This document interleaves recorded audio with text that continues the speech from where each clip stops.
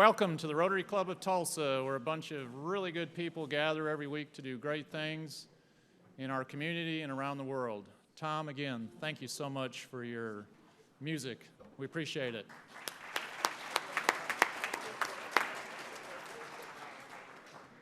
So, John is ill today, and please remember him in your thoughts and prayers. He's got the crud. He called me about 10 o'clock this morning, and if his name hadn't showed up on my cell phone, I'd have swore I was getting a call from some guy from the mafia, because he's, hey, Mike. So be glad he's not here, but he's staying home and recovering like he should do. So let's take a quick moment and visit with someone around you that maybe you haven't had a chance to visit with yet this morning.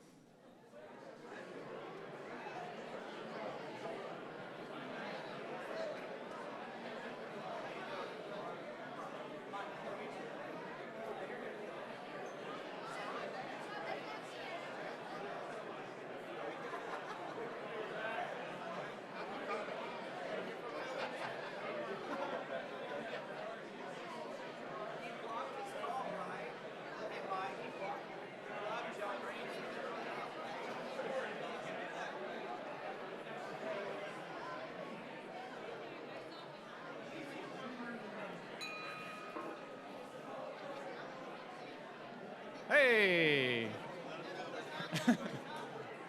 Okay, let's come back together here. Okay, we have a great program today, so let's go ahead and get started. Brian Talkington will be leading us in our invocation today. Song and Pledge will be by Jerry Dillon, and visitor introductions by Luann Buehlinger. Brian? Thank you, Mike. Thank you, everybody. Please bow your heads. Lord, you have given most of mankind a strong desire to do good, to be honest, to serve others, and to faithfully fulfill their obligations to their neighbors. Help us as Rotarians and humans to do good. Help us to be honest and ethical in all our dealings. Help us to serve and to do kind acts for others, especially those in need. And help us to faithfully fulfill our obligations as neighbors to our community, our nation, and the world. Amen. 100 years ago, our club began. During that same time, Irving Berlin was a prolific writer of songs, and during that time, there were a lot of other people writing patriotic songs. So he put his in a chest and put it away. In 1938, he was motivated because of having gone through World War I, and he is a Jewish Russian immigrant. He was so thankful for what he had experienced, and he saw the life that people were experiencing following World War I and the impending World War II. And he went back to his chest, pulled out the words that we're going to sing, that we've sung for decades now, God Bless America. And there's a prelude to it that we won't sing, but it talks about when the storm clouds gather far across the sea. What he was talking about was Germany, and what we're experiencing is Russia. So as we sing this today, be thankful that we have a country and we have God to seek to sing this song, which is a prayer. God bless America. God bless America, land that I love. Stand beside her and guide her through the night with the light from above. From the mountains to the prairies to the ocean white with foam. God bless America, my home, sweet home. God bless America, my home, sweet home. Let's pledge. I pledge allegiance to the flag of the United States of America and to the republic for which it stands, one nation under God, indivisible, with liberty and justice for all.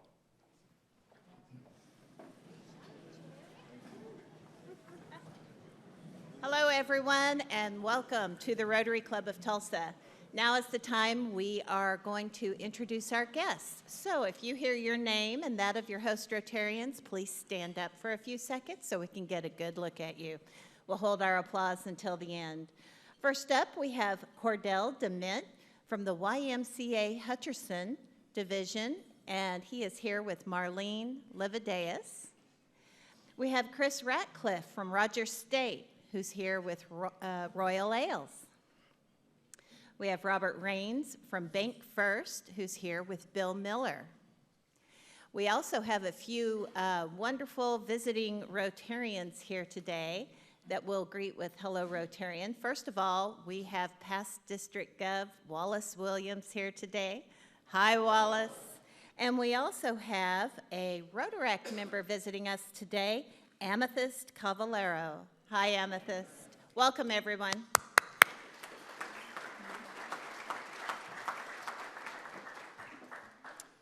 Thank you, Brian, Jerry, and Luann. We appreciate your help. Now to recognize our sponsors for the week.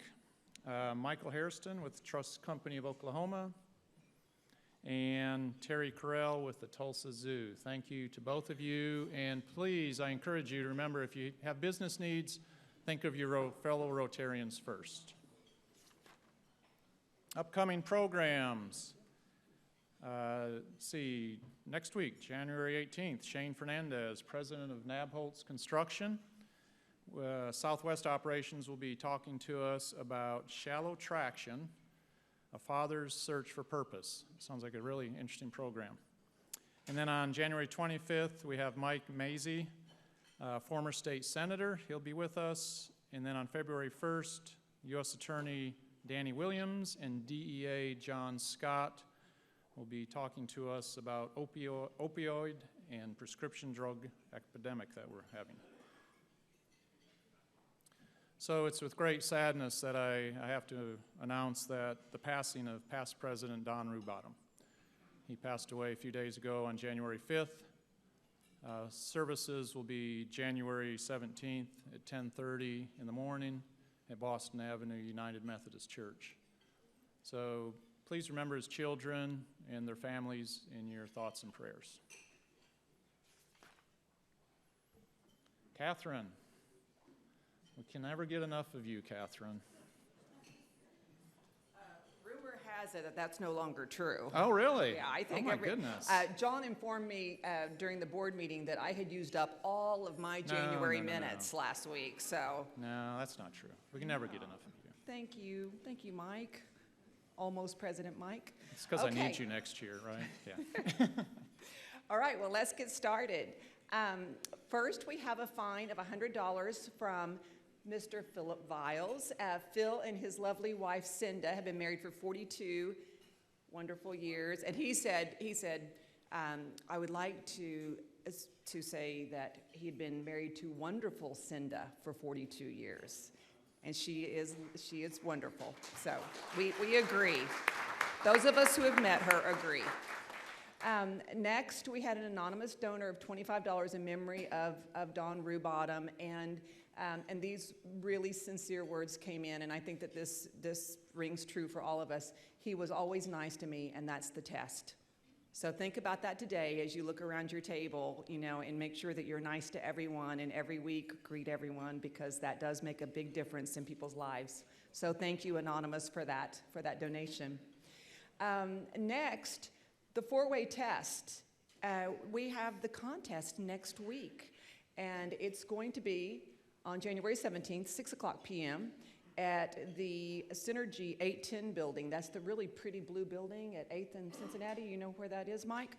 So the applicants, everybody's put their application in. The students are ready to do their four-way test.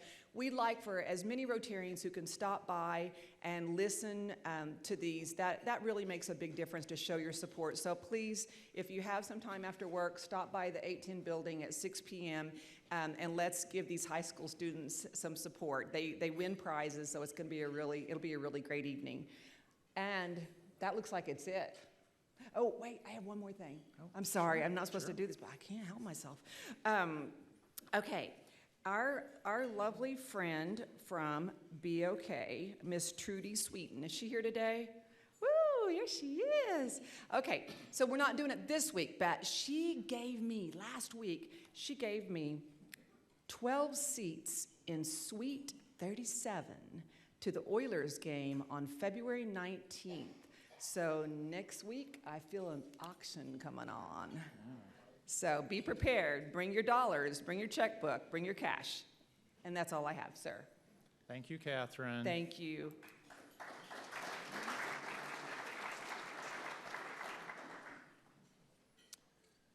So committee meetings today, Above and Beyond, we'll be meeting after Rotary in room 234. And Camp Enterprise will be meeting in room 232. So last night was the big Texas Hold'em card game. I was not able to make it, but I was visiting with Charles before Rotary today, and it sounds like if you were not there, you missed a good time. I guess we had about 20 people show up. Jerry Stamper was the big winner. Way to go, Jerry. So did you win like $1 million, something like that, a car, a bunch? Okay, cool. Wow, really? That tells you a lot about the group that was there last night, I suppose. I guess I should have shown up. I was a little intimidated, but no need to be. Well, thank you to David, you, and Alicia for pulling that together. Again, it sounds like it was a great time. Thank you very much.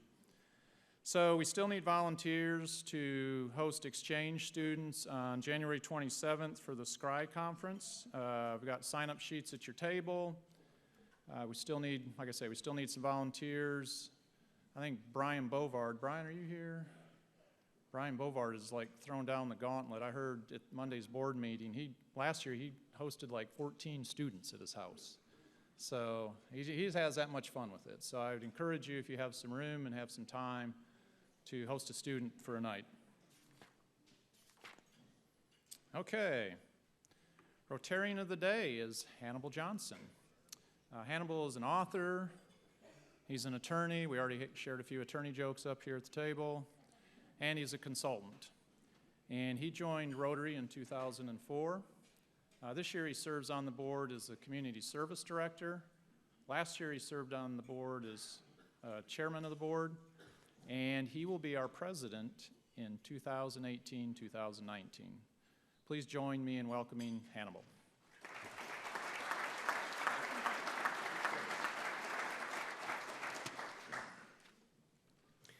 Our featured speaker today, Michael E. Smith, is a gentleman deeply committed to this community.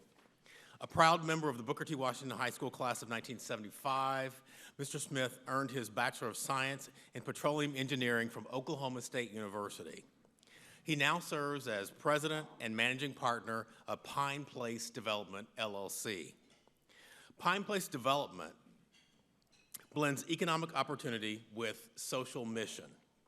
The company, operating in northeastern Oklahoma, the Houston-Galveston, Texas area, and South Texas, seizes development opportunities in underserved and underdeveloped communities and markets, enhancing the quality of life for those too often ignored. Fellow Rotarians, ladies and gentlemen, please join me in a warm Rotary reception for Tulsa's native son and our own community development guru, Mr. Michael E. Smith.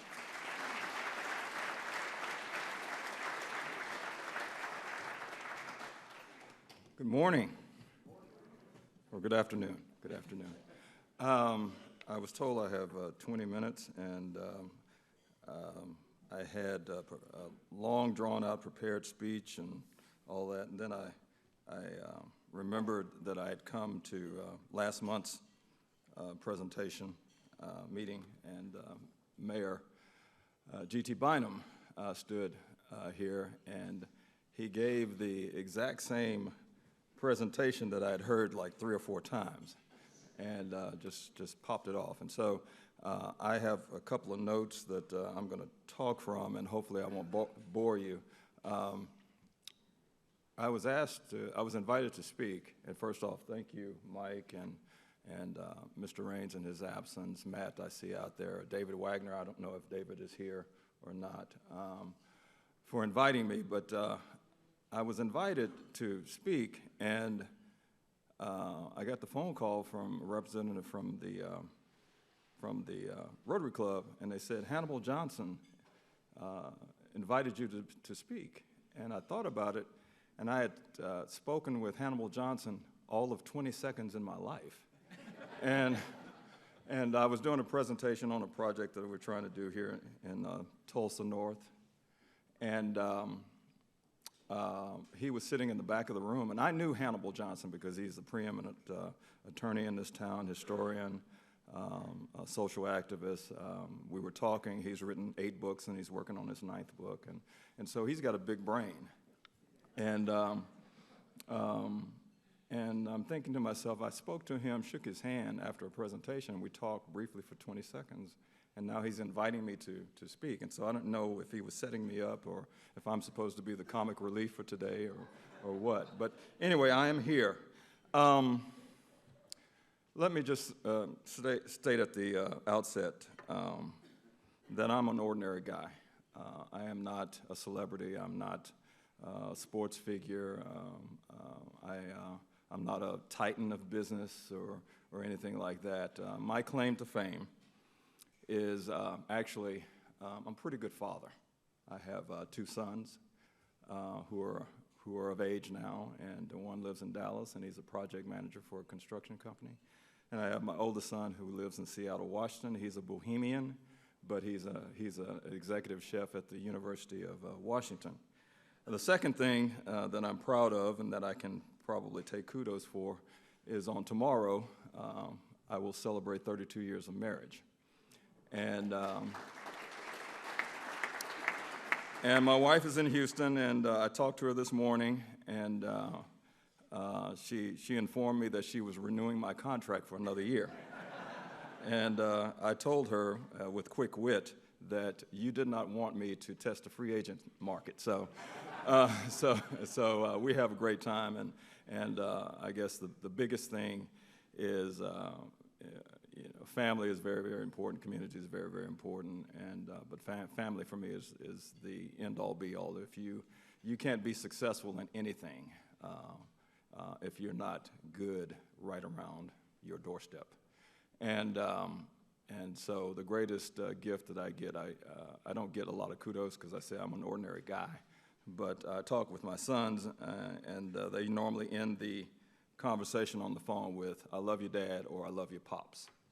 And I talk with my wife multiple times a day, and we always end the conversation with I love you. And so that's validation for me that I'm doing a pretty good job. Now, I was taught at a very early age that whenever you're invited to someone's home, you are not to come empty-handed. So Catherine, would you come up, please? Come on.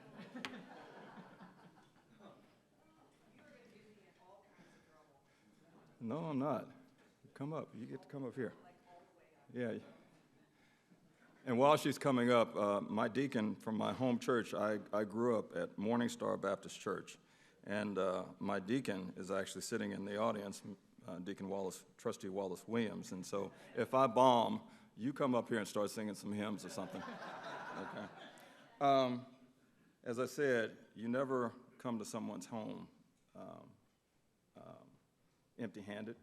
And I went out to the Rotary site, the website, and the first thing that you see that jumps off the page, obviously they're talking about the water wells and everything, but the first caption is, "Make a difference." And then the tenet, the principle of the Rotary Club is service. And so with that, I have a check for, it's not much, $750, but Yes. Now I can get closer. I was yeah, trying you can to get back close. up. I was Yeah, she can get close now. afraid.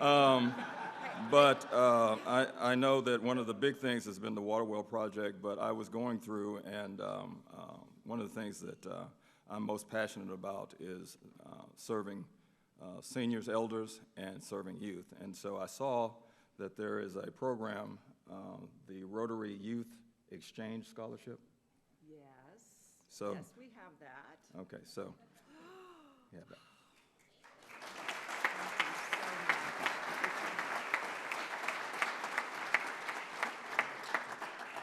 So are we ready?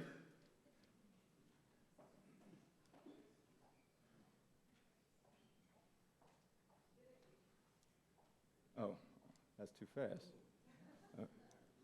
Okay, we'll stop right there. As I said before, I'm just an ordinary guy. I started a company. Let me just tell you who I am.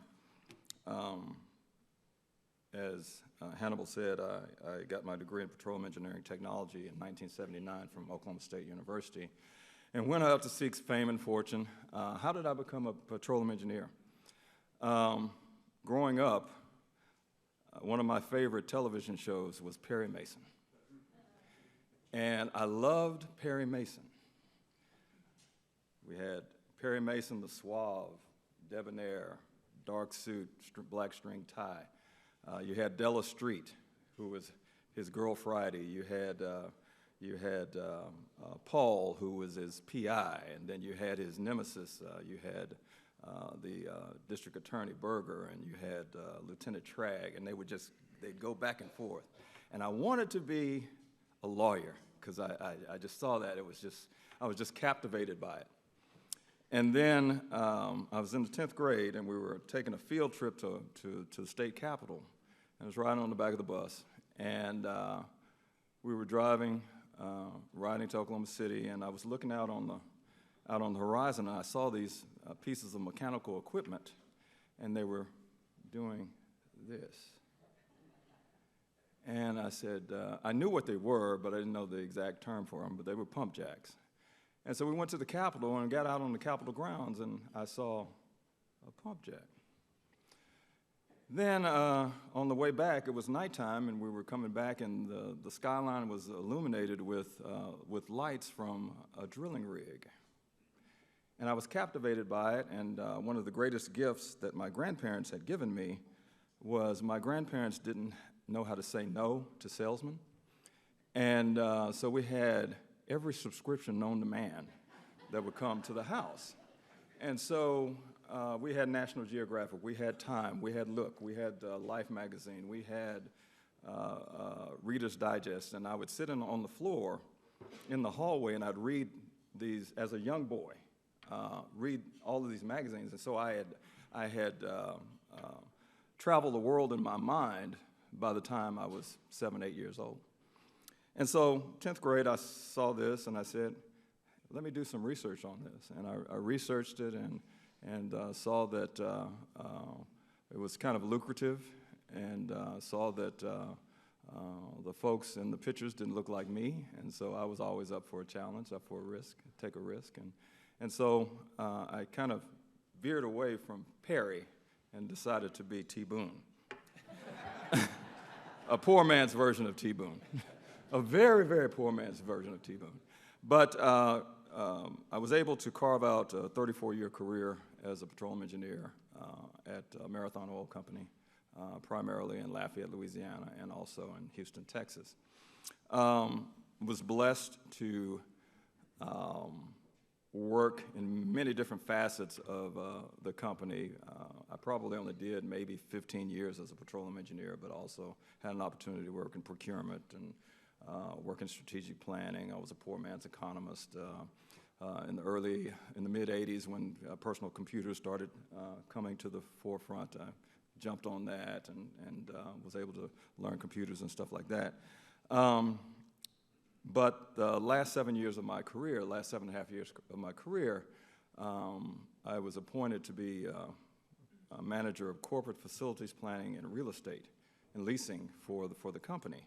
And I'm a fish out of water. I didn't know anything about property management, didn't know anything about real estate, didn't know anything about all of that. And I can't build a doghouse. Even today, I can't build a doghouse. But I was thrust into that role, and I had our corporate offices that we had a master lease, and so I was the landlord. And so I had a 1 million square foot building that I was responsible for. Think Williams Tower on steroids. And I had to learn all this stuff about real estate. And I knew that at some point in time that I would take early retirement, and I didn't know whether or not I was going to. That's me. I didn't know what I was going to do, but I thought I would try this real estate thing and didn't know exactly what it would be. Now, there you see there on the left is lemon, on the right is lemonade. That is me. That is me in the summer of 1974. I was taking my senior pictures. I still have that suit, and I still have I can't find that tie. There's a big X on that tie. I don't know where I got that, but I think I got that suit at Renberg's, I do believe. But lemonade, that was me a few years ago taking a photo shoot. So it's amazing what Photoshop can do. So 34 years in the oil industry, and segue into real estate development. I must tell you, my first project was in 1965. I was 8 years old at my grandparents' house. My grandfather wanted to build, he wanted to do an extension of his patio. And we sit, I was 8 years old, 1965, and we sat at the dining room table.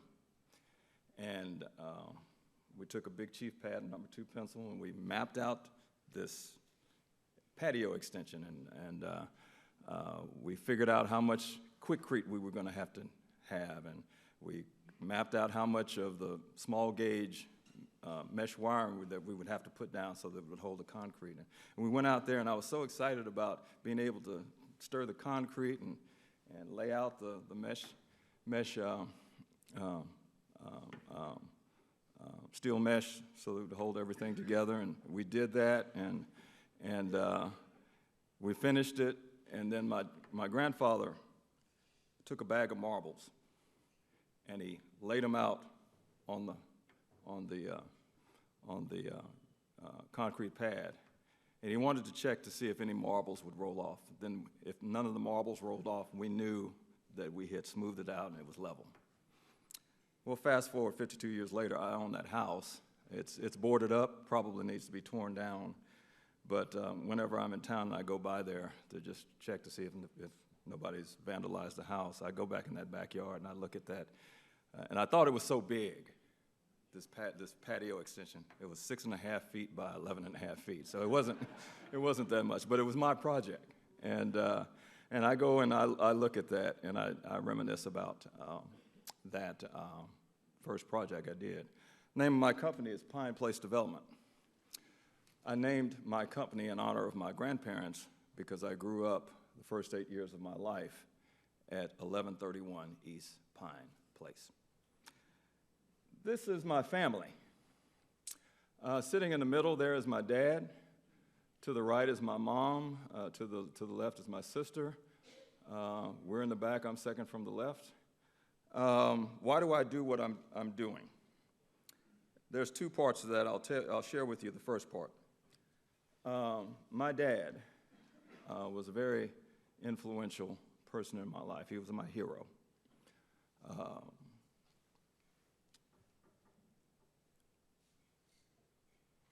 He taught me about humanity, how to treat people good. He worked for American Airlines for 31 years. And he would often tell me the story of when he graduated from college. He graduated from college in 1956. He went into college in 1950, did 2 years at Tennessee State University, got drafted, went out to military service for 2 years, came back, finished his degree, graduated in 1956. Young, strapping, ready to seize the world, and the first job that he had was as a refuge worker, a garbage man. And he rode on the back of a garbage truck with a college degree. And he would often tell me the story about his crew would go to South Tulsa, and they would pick up trash, and they would pick up trash for a notable evangelist in this town, he's deceased. But he would tell a story about during the holidays, either Thanksgiving or Christmas, they would go to this house, and they would have a couple of trash cans out there, and on top of the trash cans would be either 3 turkeys or 3 hams and 3 pints of whiskey. And that was the gift to the garbage man. And he would often tell me that story. And I could sense that he was telling me that story with a bit of bitterness, but he also was trying to teach me a lesson about perseverance and humanity. My father was, and Wallace will attest to this, my father had, he probably had some enemies, but he had a whole lot of friends. And he had a whole lot of friends that cut across the spectrum of diversity. And he was well respected at American Airlines. And the biggest thing when we talk about making a difference in service, my father took early retirement when he was 60, and for the next 14 years, he volunteered Meals on Wheels. And religiously every Wednesday he would go and deliver meals to senior citizens all across Tulsa. And I watched him do that, and he did it with such great joy.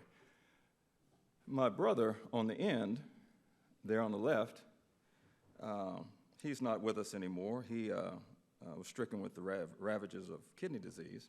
He was a high school principal, and he's 10 years my junior. And the most kind and generous young man you'd ever want to know, ever want to meet. And I learned a whole lot from him, he being 10 years my junior.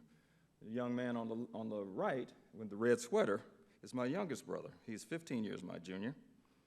And he also succumbed to the ravages of kidney disease. And he was a caterer and a restaurateur in this town. And I didn't learn too much from him because he was a little wild. But nonetheless, I'm doing what I'm doing in part today in honor of them.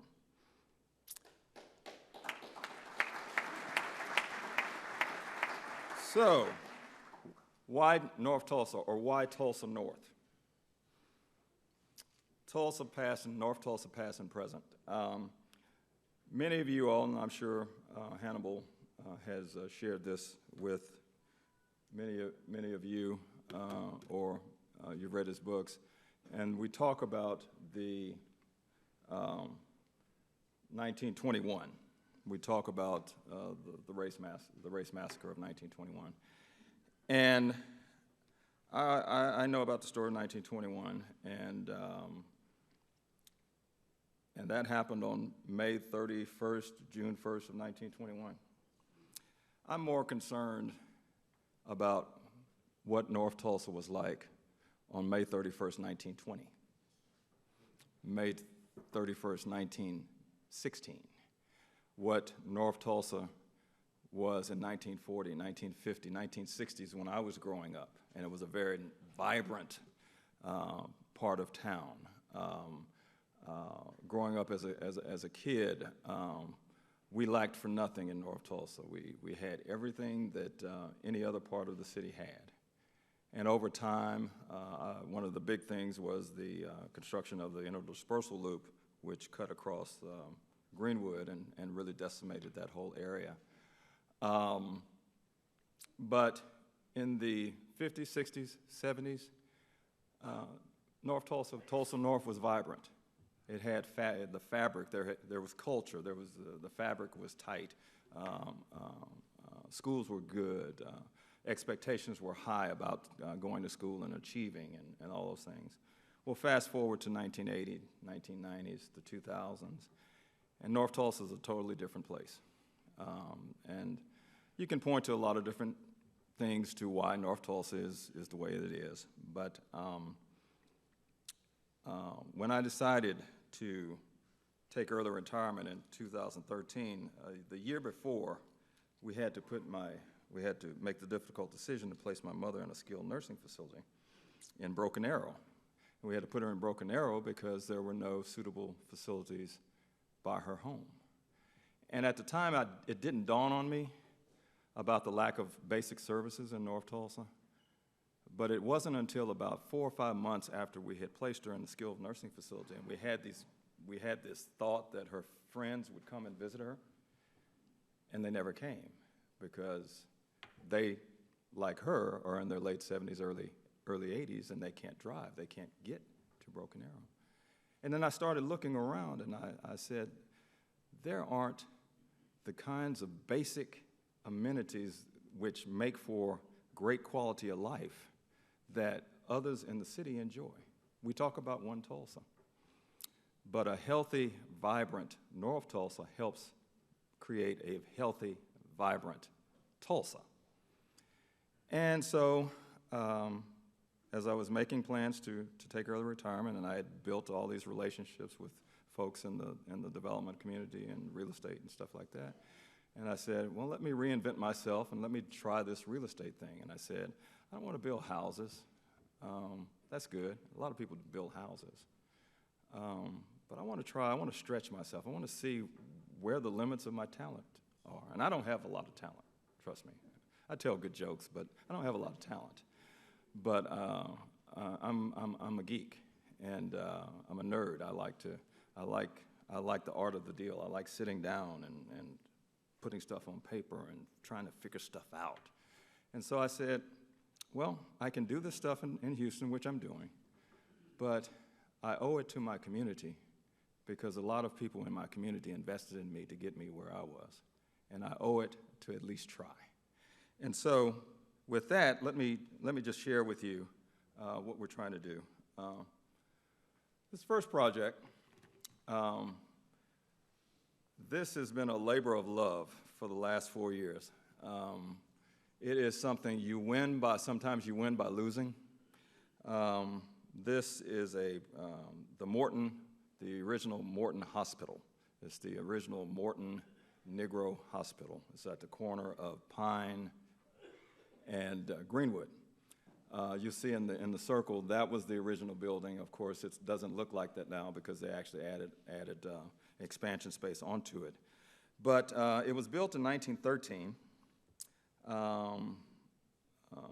Commissioner Keith, I think Morton Comprehensive Health left there in the 1990s, I think, or something like that. But it's been dormant since that time when they went into their new facility down the street on Lansing. And it's been sitting there dormant. It sits on 4 acres. And I would often drive by there, and I'd say to myself, and this was before I was thinking about going into real estate, I said, why doesn't someone do something with that? Because that is just, it's in the doorway. It's the gateway into downtown, and it's actually 1.5 miles from where we're sitting right now. And so when in 2013, December 20th of 2013, the city of Tulsa put out a request for proposal, RFP, for that, to do that development. And I said, I was sitting at my computer at home. It was 11, 12 o'clock at night, and I saw it. And I said, let me play the game. I didn't think I was worthy of being even considered for it, but I said, let me try, and let's just see how it goes. And so we did. I put a team together, we put a proposal together, and we lost. Another gentleman won it, a gentleman by the name James Cooper. He won it. I was kind of down about it because I knew what kind of proposal he was putting together, and it wasn't quite like what we had in mind. And members of the city staff called me and said, "Hey, Mike, sorry you make it. You really got the best proposal, but we can't do it." I said, "Don't worry about it. I want you all to give Mr. Cooper every chance to either succeed or fail. And if by chance he cannot deliver, there's somebody else out there that is willing to step up." Well, 18 months pass. And there's no movement. The city decided to put it back out for bid. This time around, I put another bid in. It gave us time to really do our homework, and tentatively we have won. As of today, tentatively we have won. We are working on crafting a development agreement to do this project. What we have is basically an adaptive reuse of the original building itself, with some new build with it, along with some market rate multifamily apartments with it. One of the things that I did was I studied every sector plan, every brownfields plan, every committee report, citizens review reports, all those kinds of things, and I kind of boiled all that down to see exactly what the community wanted, and so we kind of scoped our development to meet some of those things that the community needs. What we want to do, and I'll come back to it, but that's kind of the aerial rendering of it, is what we want to do is we want to encourage developers, the next wave of developers, to come into North Tulsa. North Tulsa is a gold mine. North Tulsa has a lot of great assets, the biggest being the fact that it has wide swaths of land and undeveloped land, and there's an opportunity to do some great things in North Tulsa.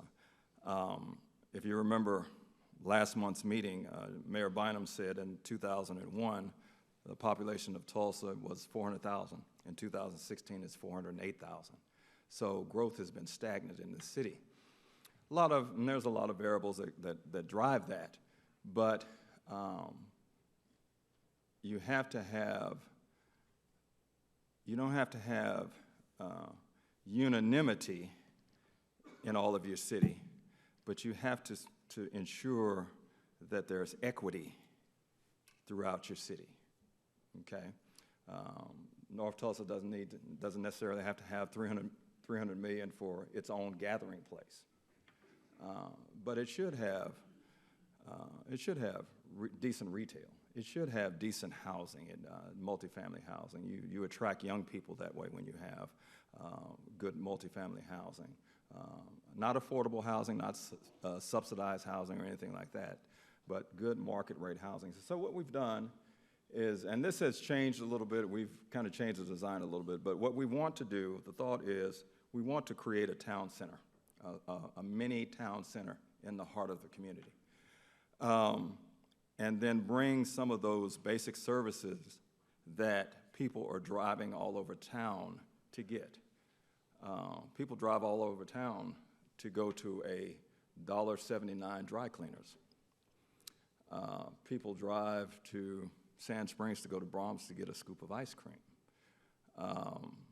We feel like we can bring some of those kinds of things to this area. We are working with Morton Comprehensive Health System to possibly have them come back into the site to tie into the legacy of the building, to bring some services there, which would free up their main site for more diagnostic services and things of that nature. You'll see in the back we have, that is the multifamily. It's not gargantuan.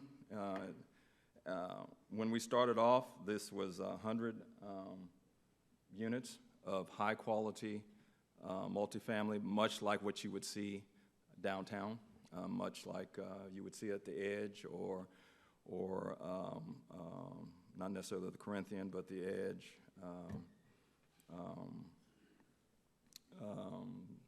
I can't think of the other developments that Casey Stowe and Elliott Nelson, some of the other guys are doing. So we want to bring that there.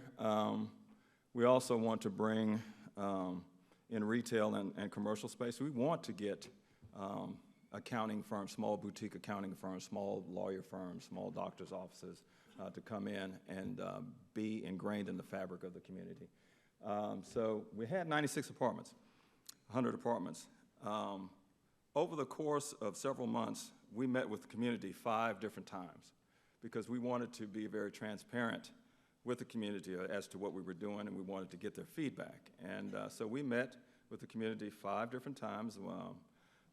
One session, we had over 125 members of the community come and witness our presentation and give us good feedback. The final meeting that I actually had a private meeting with the Dunbar Neighborhood Association, which is the neighborhood that this resides in, and they beat me up.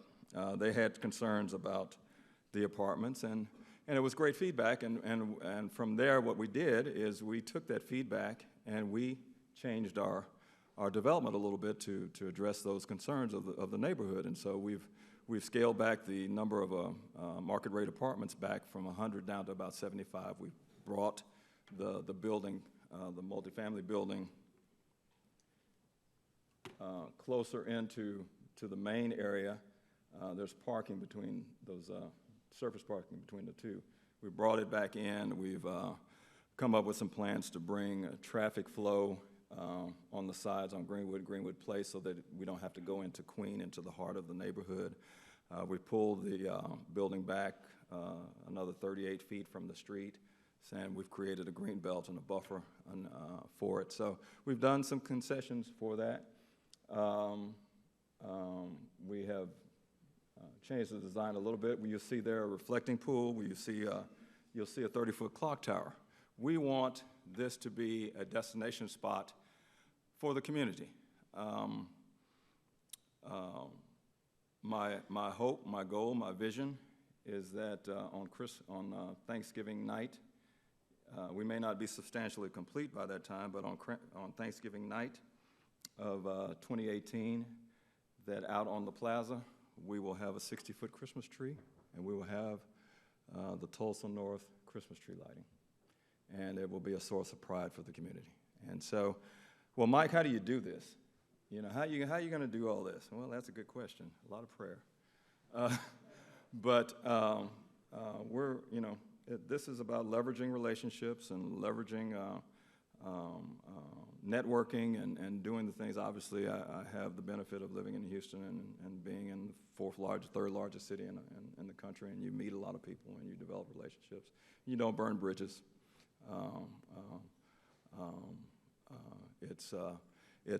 Catherine, it's coming to people's homes, not empty-handed. Okay, got 11, how much? Okay. Okay, I got about 8 minutes. Building those relationships, and so we are aggressively building our capital stack of equity, debt, city participation, county participation as needed. And so we will get together. I firmly believe when you have a good development, a good design, a good development strategy, you will attract money, you will attract interest, and so that's what we're going to do. I'm a risk taker. I kind of go against the grain sometimes, but when you feel strongly about what you're doing, it's capital G-I-T, capital R, capital D-O-N-E, get her done. And so that's what I do.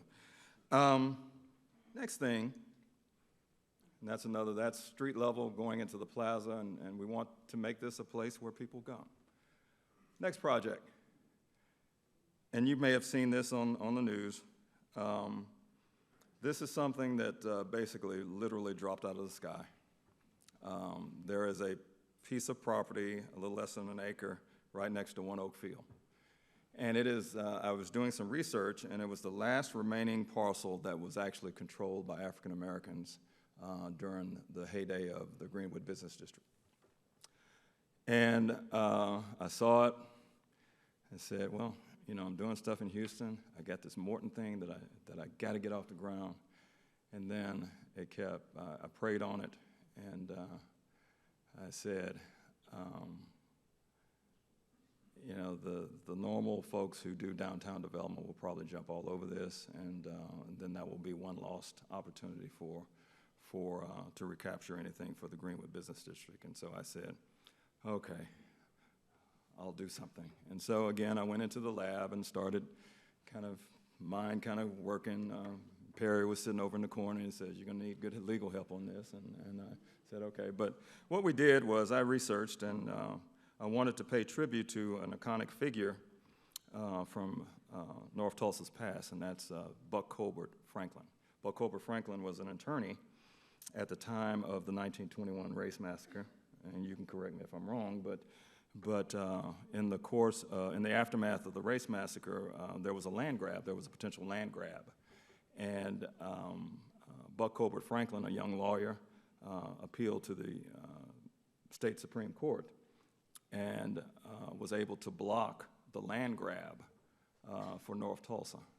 And a lot of people were displaced, but they were able to rebuild and everything. And so I wanted to pay tribute to him. And so what we've done is we have come up with this idea of looking at downtown in its totality and seeing that most of the opportunities, with the exception of the box yard, which has just come online, most of the projects that have come online, of the 23 that are either completed, ongoing, or in the queue, about 17 of them are multifamily.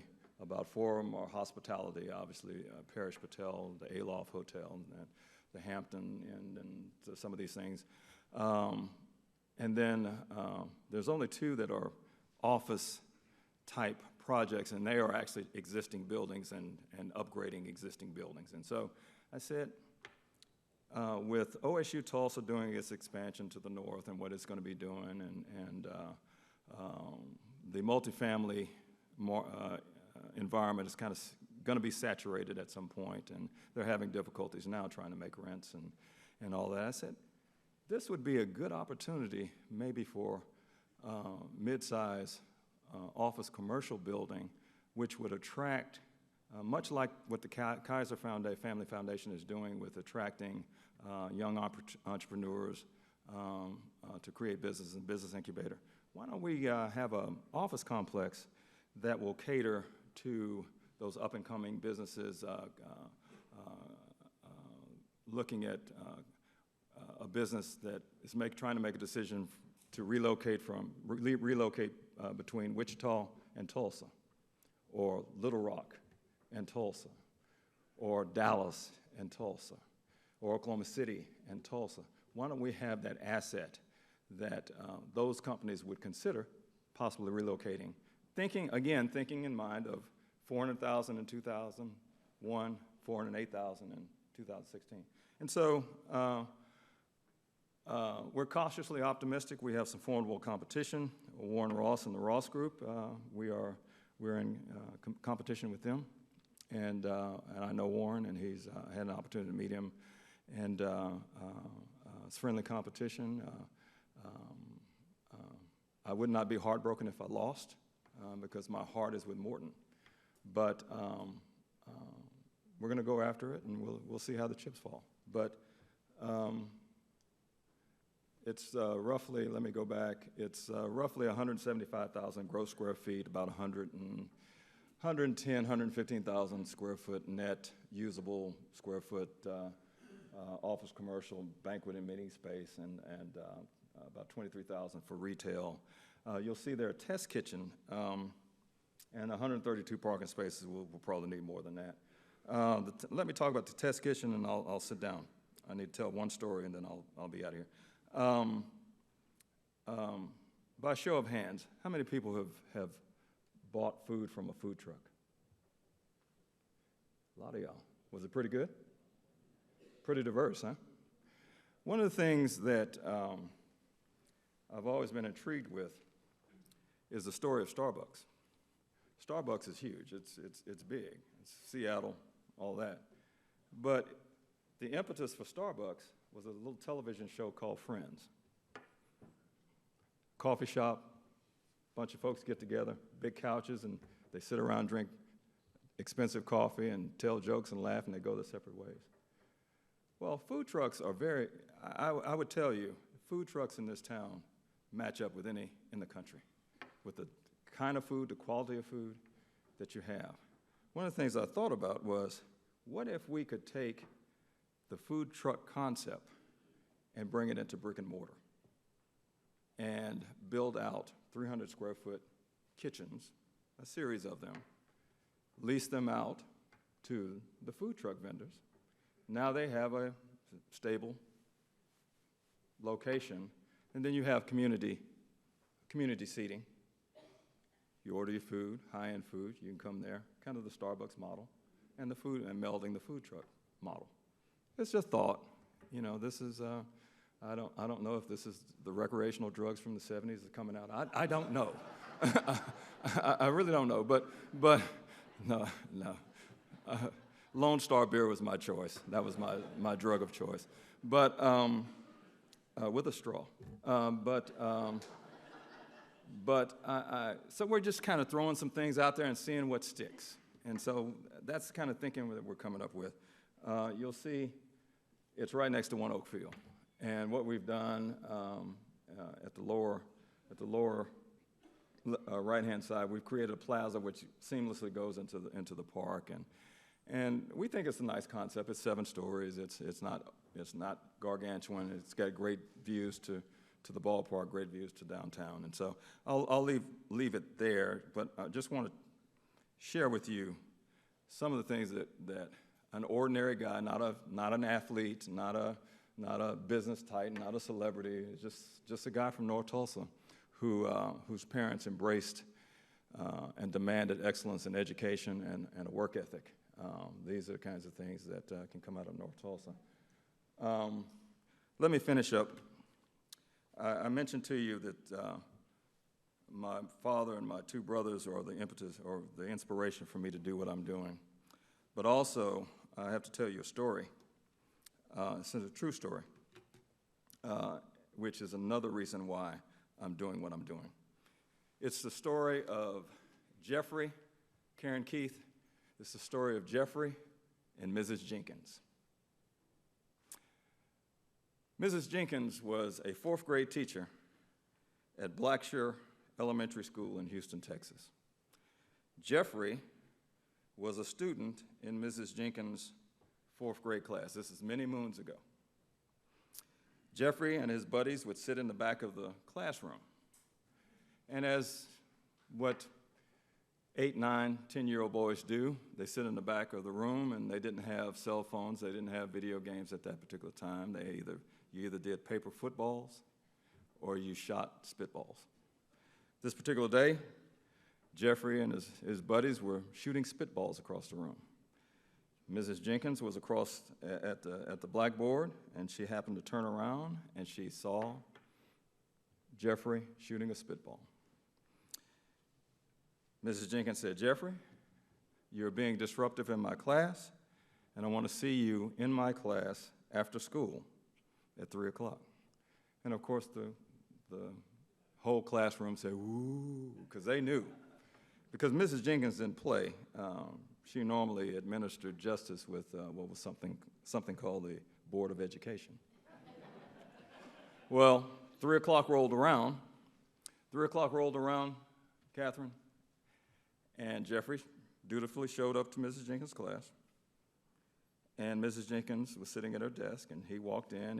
He had borrowed somebody's pants, and he was ready. 2 sets of pants. He was ready. But Mrs. Jenkins said, "Jeffrey, go to the board, and I want you to write 50 times, and I want it perfectly written, that I will not be disruptive in this class."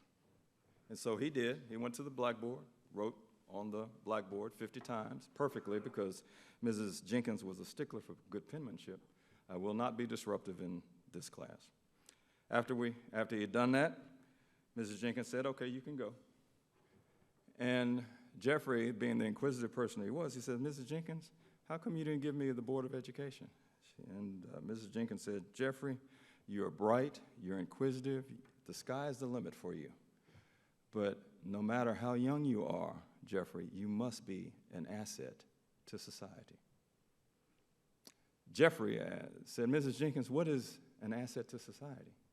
She says, Jeffrey, hopefully one day you'll figure it out. Well, Jeffrey went on. He left Blackshear Elementary School, one of the top students there, graduated in 6th grade. He went on to Ryan Junior High, left Ryan Junior High as one of the best students there. Went on to famed Jack Yates High School there in 3rd Ward, Houston. Graduated 3rd in his class. He didn't make valedictorian or salutatorian, but he graduated 3rd. He went on to Prairie View A&M, graduated magna cum laude. Went on to Thurgood Marshall School of Law at Texas Southern University, graduated top of his class. Then he went on to seek fame and fortune. He moved to D.C., Washington, D.C., and worked as an attorney. I think he had lunch with Perry Mason a few times and stuff. Did some great things there in D.C., and he decided to move back to Houston because he wanted to get back to his roots. And so he moved back to Houston. I started a little practice, and he was doing fairly well. And then he was tapped to be a municipal court judge. And as the newbie, he was in charge of night court. And so one night, he was going through the mundane activities of night court, and who walks in? Mrs. Jenkins. Mrs. Jenkins had been speeding. She was going 35 and a 40. She was going 45, 48, and a 35 mile an hour zone. And as you would have it, she walked in, and the bailiff called the docket and called the names, and her name came up, and immediately Judge Jeffrey raised up, and he looked, and he saw, and it was Mrs. Jenkins, and they made eye contact. And he smiled, she sat down. Her case came up, and she proceeded to tell her story. The police officer proceeded to tell his story. And then Judge Jeffrey said, Mrs. Jenkins, after reviewing all of the information, all of the evidence, I have to find you guilty. And but I know who you are, I know what you represent, and I know the effect that you've had on many people. And so instead of the $200 fine, I'm going to waive the $200 fine. You're only going to have to pay $50. And I want you to sit through the rest of this court proceedings, and then I want you to swing by my chambers, and I want to have a word with you afterwards. So she sits through it all, and afterwards they go to the chambers, and they embrace, and they talk about old times, and she tells him how proud she was of him, and he said, you had a great effect on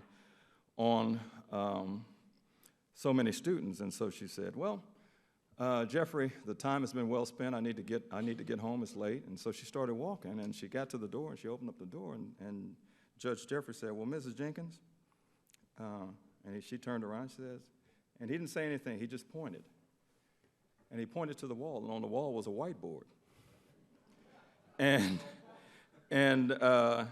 she said, Mrs. Jenkins, I need you to write on the board perfectly 25 times that you will I will obey the traffic laws of the state of Texas.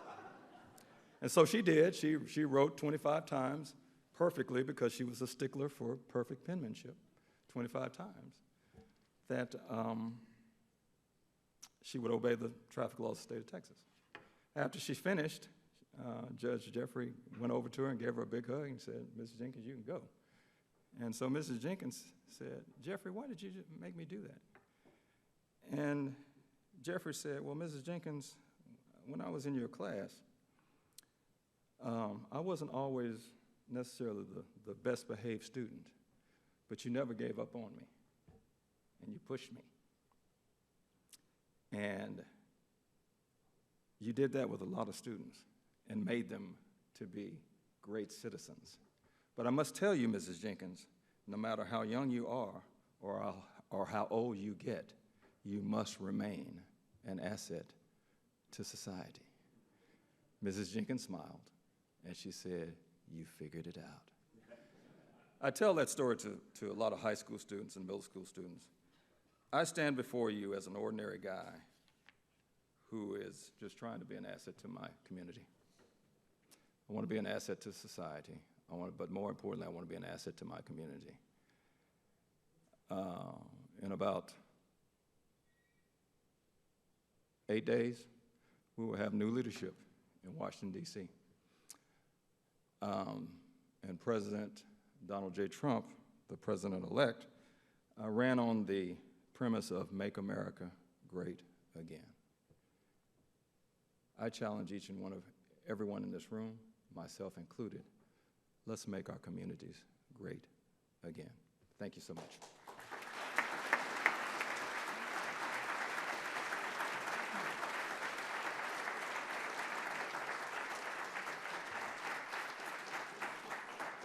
Mike, thank you for your story. I got to tell you, for an ordinary guy, you're doing extraordinary things, and rest assured you are viewed as an asset. So we appreciate you, appreciate your family for raising a gentleman that has a servant heart. So thank you for your time today. So a book recognizing today's program will be presented to Celia Clinton. The title of our book is Starting Your Own Business. Very appropriate. Let's thank today's volunteers who helped put together today's program.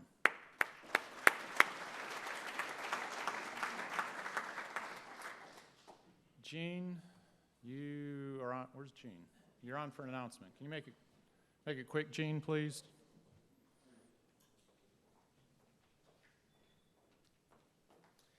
I thought you had forgotten me, No?